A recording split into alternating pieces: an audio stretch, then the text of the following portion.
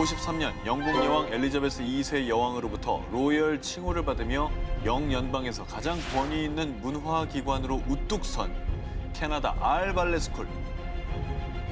오디션도 굉장히 치열하고 만약 자녀가 발레스쿨에 합격만 하면 온 가족이 위니펙 지역으로 이사를 올 정도라고 합니다. 그런데 말입니다. 2015년 이 명망 높은 발레스쿨이 집단 소송을 당해 큰 논란이 일었는데요. 저런 일이 있었나요? 아니 이렇게 유명한 특히나 로열이 붙은 왜? 권위 있는. 1990년 초에 발레스쿨에 다녔던 사라 두셋과 다른 피해자들의 폭로로 발레스쿨과 함께 교사였던 브루스 몽크를 고소했습니다. 그는 10대 어린 학생들에게 포트폴리오를 촬영해준다며 특별히 너만 찍어줄게. 내 사무실로 혼자 와. 속옷 끈이 내 이쁜 목선을 가리고 있구만. 가액을 벗어보는 건 어때? 아, 추악하네요. 추악합니다. 미성년자 아닙니까? 그럼요. 미성년자죠. 교사라는 지위를 악용해 미성년자 제자들의 세미 누드를 촬영하면서 추악한 검은 손을 뻗친 겁니다. 그리고 그의 만행은 1987년부터 2015년까지 무려 30년간 이어져 왔다는데요. 교사잖아요. 그런 교사죠. 사람이 어떻게 선생님. 이렇게 저런 추악한 짓을 했는데 이게 또 오랫동안 안 밝혀지고 남아있어. 그 이유는 자신들이 거부하고 문제 제기를 해 자칫 눈 밖에 날 경우 그치. 자신의 앞길에 문제가 생길 것 같은 두려움 때문이었죠. 왜냐면 저 친구들은 자기 모든 인생을 다 여기다 걸었잖아요. 그리고 아직 어리고 그죠? 어리고 무섭고 하니까. 당장 이것만 견뎌내면은 어떻게든 자기 꿈을 이룰 수 있다는 생각이 있을 거 아닙니까? 이후 이 사건은 30년간 계속된 파문으로 흔들리는 캐나다 발레계라는 기사로 캐나다인들은 대분노했습니다. 그런데 말이죠. 파렴치한 교사 몽크의 수사가 진행되면서 안타깝게도 피해자들이 2번 상처를 받게 됐는데 캐나다에서 아동학대 이미지에 대한 법을 시행한 1993년 그 이전에 일어난 일로 교사 몽크의 행위가 당시는 불법이 아니었다며 검찰에서 기소하지 않은 겁니다. 아 정말? 거기에다 조사 과정에서 피해자들에게 당시 상황을 자세히 묘사해보라며 또다시 끔찍한 상처를 안겼다고 합니다. 얼마나 충격이에요. 힘들게 털어놨는데 이거 다시 얘기해보라는 게 얼마나 그 사람 2차 가해잖아요 이게. 결국 피해자들은 2018년 몽크와 발레스쿨을 상대로 민사소송을 제기 무려 60여 명이 함께 집단소송을 진행했습니다. 잘했다. 발레스쿨은 교사 몽크를 해고했다는 말만 되풀이하며 소송에 대한 언급을 회피하고 있다는데요. 캐나다 발레계의 자존심이 더 바닥으로 추락하기 전에 명성에 걸맞는 모습을 보여주길 바랍니다. 자, 두 분 수고하셨습니다. 저희는 그럼 가보겠습니다. 혼자 북치고 장구치고 다 해주시고.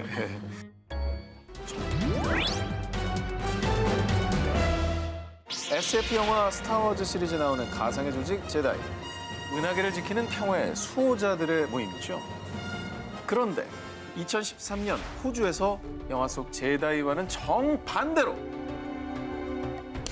평화를 무참히 짓밟아버린 일명 제다이 위원회 스캔들이 벌어졌습니다. 바로 성범죄 스캔들로 호주 육군에서 일부 군인들이 자신의 성관계 장면과 상대 여성을 불법 촬영해 이메일로 공유를 하는 사건이 발생한 겁니다. 이건 진짜 나쁘다. 제다이 위원회 회원들, 알려진 바에 따르면 이 모임은 약 17명 정도의 회원이 있었고요. 이 중 3명이 불법 촬영물을 만들어 회원들에게 공유했다고 하는데요.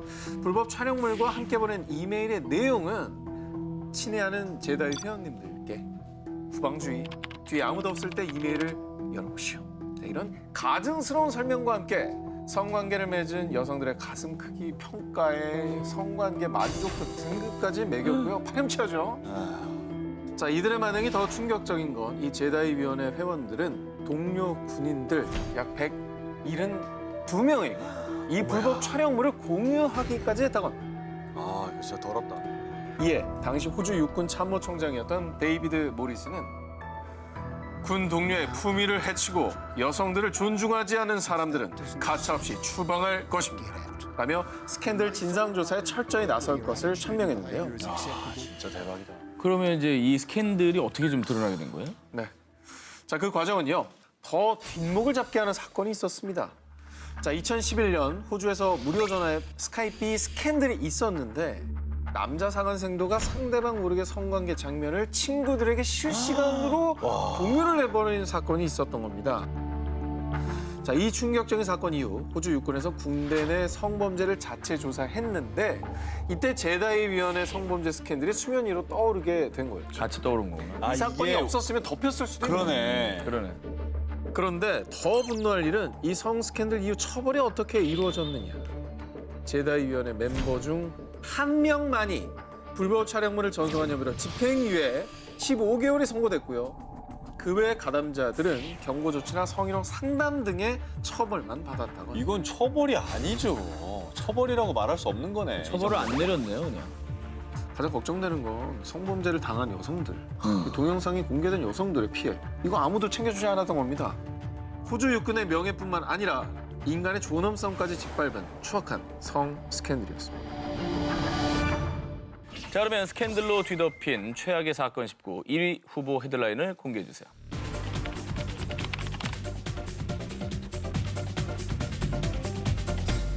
(2018년) 전 세계를 발칵 뒤집어 놓은 한 남자의 체포 소식. 16,000여 명의 회원을 거느린 자기개발 컨설팅 회사의 대표 키스 라니에르였는데요. 그는 1998년 미국 뉴욕의 회사 넥시움을 설립. 겉으로 보기엔 자기개발 강의 및 프로그램을 운영하는 컨설팅 회사였는데요. 하지만 실상은 추악함 그 자체. 불법 다단계 회사로 무려 700만 원에서 1,000만 원이 넘는 강의를 강매하는 것은 물론이고요. 무엇보다 수장 이 키스는 스스로를 정신적 인도자, 아인슈타인의 버금가는 천재로 지칭. 당신의 영혼이 상처받았네요. 나를 믿나요? 내가 당신을 도와줄 수 있어요. 악랄하게도 마음의 상처를 받은 이들에게 다가가 위로하는 척하며 연약한 마음을 교묘하게 이용. 그에게 속아 넘어간 사람들은 키스는 제 유일한 구원자이자 신이에요 라며 그를 철석같이 믿고 의지를 하게 만들었습니다. 하지만 이내 본색을 드러낸 키스는 자신을 믿는 여성들을 성노예로 삼기 시작했습니다. 진짜 엄청나다. 자, 그리고 정말 더 충격적인 사실은 그의 끔찍한 만행에 미드 스몰빌에서 젊은 슈퍼맨의 친구로 활약한 앨리스 맥과 시급비의 상속녀 클레어 브론 푸먼이 앞장섰다는 건데요. 배우 앨리스는 넥시움 내 성노예 집단, 그러니까 순종하는 여성 동료라는 뜻의 라틴어 약자를 딴 DOS의 마스터로 활동을 했습니다. 왜? 그녀는 우리 함께 키스님께 특별 멘토링 수업을 받아요. 당신에게만 깨달음을 줄게요. 이렇게 감언 이설로 신입해온 여성들을 꿰어내 수장 키스에게 성노예로 바쳤고요. 왜? 그뿐만 아니라 소문에 의하면 엠마 왓슨과 켈리 클락슨을 노렸다고 합니다. 근데 저 같은 여자끼리 왜 저러는 거예요? 그리고 DOS 회원 여성들에게 마치 특별 의식처럼 수장의 이름, 키스의 이니셜을 몸에 새기는 고문까지 자해. 또 이 과정을 모두 촬영했고요. 그리고 수장 키스의 열성 추종자로 활동한 유명 주류회사의 상속녀 클레어는 자신의 재력을 바탕으로 자금 세탁, 이진 매매 등에 앞장섰고요. 그 검은 돈으로 수장 키스에게 자금을 지원했다고 합니다. 얘기를 들으면서도 완전 미친 사람들 같은 느낌이 들어. 이해가 가잖죠.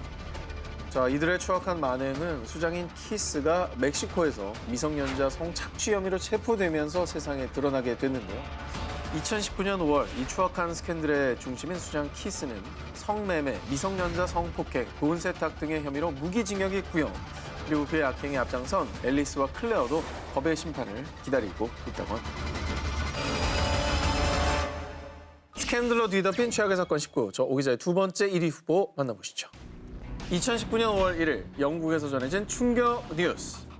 1970년대에서 80년대 영국에서 발생한 수혈 감염 스캔들을 재조사하겠다는 내용이었습니다. 근데 완전 옛날 일인데 이걸 뭐하러 또 다시 조사를 하는 거죠? 무려 30에서 40년 전 그러게요. 일이죠. 1970년대 영국의 국민보건서비스에서는 미국으로부터 혈우병 치료제 팩터 8을 수입했는데요. 그런데 어느 날 한 혈우병 환자가 경미한 사고로 병원에 가게 됐는데 이때 검사 결과 HIV 바이러스 양성 반응이 나왔습니다. 뒤이어 영국 전역의 혈우병 환자 중 약 2만 5천여 명이 에이즈의 원인으로 지목된 HIV 바이러스 양성 판정을 받게 됐습니다. 이 중 무려 2,400명 이상이 목숨을 잃게 됐다고 합니다. 이게 저 시대에는 치료법도 더 없었잖아요. 저 시대는 죽음 선고죠. 자, 이 모든 비극의 시작은 바로 팩터 8 때문이었습니다. 팩터 8을 제조할 때 사람의 혈액 속 혈장을 채취해서 제조를 하게 되는데요. 이 혈액 제공자들 중에 약물 중독자, HIV 바이러스 보균자 등이 포함이 돼 있었던 겁니다. 야, 어마어마하다. 저거 어떻게 한꺼번에 저렇게 처리를 해요? 와, 철저히 격리를 시켜야지. 심지어 영국 한 유력지의 보도에 따르면 1983년경에 팩터 8에서 위험성이 발견됐지만 영국의 국민보건서비스에서는 계속해서 혈우병 환자들에게 약물을 투여. 1986년에 혈우병 환자 마틴 비어드가 팩터 8을 투약한 뒤 HIV 바이러스 감염이 됐는데 이를 보건당국도 알고 있었다고 합니다. 이거 왜 은폐를 한 거죠, 그러면? 쉬쉬한 거네. 사실 이게 사건을 더 키우고 환자들을 더 고통받게 하는 거고 빨리 정정을 했으면 제2, 제3의 또 피해자가 나오는 거 아닙니까? 결국 지난 2017년 영국 테레사 메이 총리는 수혈 감염 스캔들은 절대 일어나서는 안 되는 비극이었습니다. 이렇게 특별조사팀을 만든 뒤 당시 사건의 진실을 제대로 규명하겠다고 발표. 그리고 2019년 4월 30일부터 런던을 포함한 전국의 피해자들로부터 증언 수집을 시작했다고 합니다. 제대로 된 조사가 이루어지길 바랍니다. 자, 다음 소식입니다. 2019년 2월 평천병력 같은 악재가 일어났습니다. 자, 중국 질병통제센터의 보고에서 중국 혈액 제제 2위 업체인 S제약회사에서 백혈병, 간염 등 면역 결핍 치료를 위해 만든 정맥 주사용 면역 글로불린에서 HIV 바이러스 양성 반응이 나왔다라고 밝힌 건데요. 중국이 또 한 번 공포에 휩싸였겠네요. 아까 이제 아이 예방 접종 얘기 나왔잖아요. 그러니까요. 이런 게 한번 돌면 수혈을 받을 수 있겠냐고요. 못 가죠, 찝찝해서. 그런데요, 현재까지 면역 글로불린이 어떤 경위로 HIV 바이러스에 감염됐는지에 대한 원인은 밝혀지지 않은 상황입니다. 그런데 면역 글로불린의 원료가 사람의 혈액이라서요. 이 또한 에이즈 감염 환자 혈액이 함께 사용된 것이 아니냐라는 추측이 나오고 있는데요.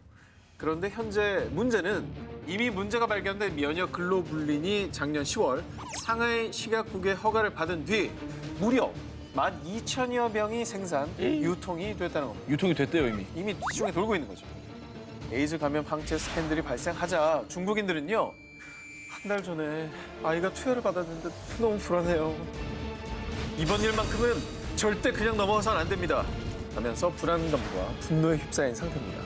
그런데 상하이 질병통제센터에서는 제주시 3단계의 비활성화 과정을 거치면서 에이즈 바이러스가 살아있을 수가 없습니다. 안심하세요. 라고 발표했다고 하는데요. 하지만 이미 면역 글로불린에서 HIV 바이러스 양성 반응이 나온 이상 사람들은 당국을 신뢰하지 못하고 있는 상황이라고 하는데요. 저런 말까지 해서 오히려 더 신뢰를 못하게 만든 거네요. 그렇죠. 이미 나왔는데 뭘 그럴 수가 없다는 소리를 뭐하러 해. 말도 안 되는 얘기구만. 자, 국민들이 국가에 대한 신뢰를 완전히 저버리기 전에 하루빨리 진실이 규명되고 안전하게 처리되길 바랍니다. 자, 그럼 오늘의 데스크 김태일 기자님을 영상으로 만나보도록 하겠습니다. 안녕하세요, 반갑습니다. 네, 반갑습니다. 네, 안녕하세요. 자, 오늘 저희 많은 기사들이 있었습니다. 총평 전해주시죠. 고삐 풀린 망아지의 비유를 하고 싶은데요. 특히 자신들의 기득권을 지키고 또 누리기 위해서 이 수단과 방법을 가리지 않고 비리의 생활화를 실천하는 모습을 보니까 참 가관입니다. 전 세계적으로도 성역 없는 감시와 비리 수사가 가능한 체계를 확립하는 게 시급한 것 같습니다. 자, 그럼 1위 기사와 선정 이유를 발표해 주시죠. 너무 떨려요. 너무 떨려. 1위는